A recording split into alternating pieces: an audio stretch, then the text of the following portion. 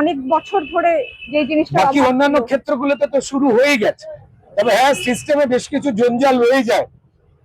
ঝড় কেটে যাওয়ার পর, বাড়ি পরিষ্কার করবার পর কোথাও কোথাও দরজার কোণে একটা গাছের পাতা বা কিছু ধুলো বা ময়লা লুকিয়ে জমে থাকে, সেটাও পরিচ্ছন্ন হয়ে যাবে, সময় লাগে। সরকার পাল্টেছে, অন্ধকার কাটিয়েছেন মানুষ, কিন্তু তার সঙ্গে সঙ্গে মানুষ যদি মনে করেন যে পিসি সরকারের ম্যাজিকের মতো সবটা কালকেই ঠিক হয়ে যাবে, তা নয়। আমি ধন্যবাদ জানাবো পশ্চিমবঙ্গের জনগণকে, তারা আবেগের জায়গা থেকে মনে করছেন কালকেই খারাপ রাস্তাগুলো ভালো হয়ে যাক, অন্ধকার ল্যাম্পপোস্ট গুলো আলোকিত হয়ে উঠুক, জমা জল, পাঁক, ড্রেন যেগুলো পরিচ্ছন্ন হয়নি তা কালকেই সেরে যাক।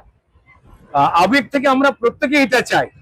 যত অন্যায় হয়েছে, পেন্ডিং মামলাগুলো রয়েছে, সেখানে ন্যায় বিচার পাক মানুষ কালকেই, এগুলো আমরা আবেগের জায়গা থেকে চাই।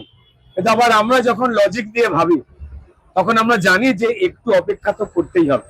তাই ধন্যবাদ জানাবো আমি পশ্চিমবঙ্গের মানুষকে, যারা কিন্তু আবেগের সঙ্গে সঙ্গে যুক্তির দোরগোড়ায় দাঁড়িয়ে প্রতীক্ষা করতে কিন্তু রাজি রয়েছেন। দেখুন, শুধুমাত্র টলিউড নয়, টলিউড তো অবশ্যই, শুধুমাত্র টলিউড নয়, থিয়েটার জগৎ, তার সঙ্গে সঙ্গে সঙ্গীত জগৎ, লোকশিল্প জগৎ, পেন্টিং থেকে শুরু করে বাকি যতগুলো আঙ্গিক রয়েছে, মাধ্যম রয়েছে, এই প্রত্যেকটি জায়গা অবহেলায় পড়েছিল, একটা অদ্ভুত পরিস্থিতিতে চলেছিল আগের সরকারের সময়। তা দলমত নির্বিশেষে প্রত্যেকেই স্বীকার করে। তাই সেখানে খুব কঠিন ভাবে বিন্যাস দরকার এবং তার আলোচনা হওয়া দরকার।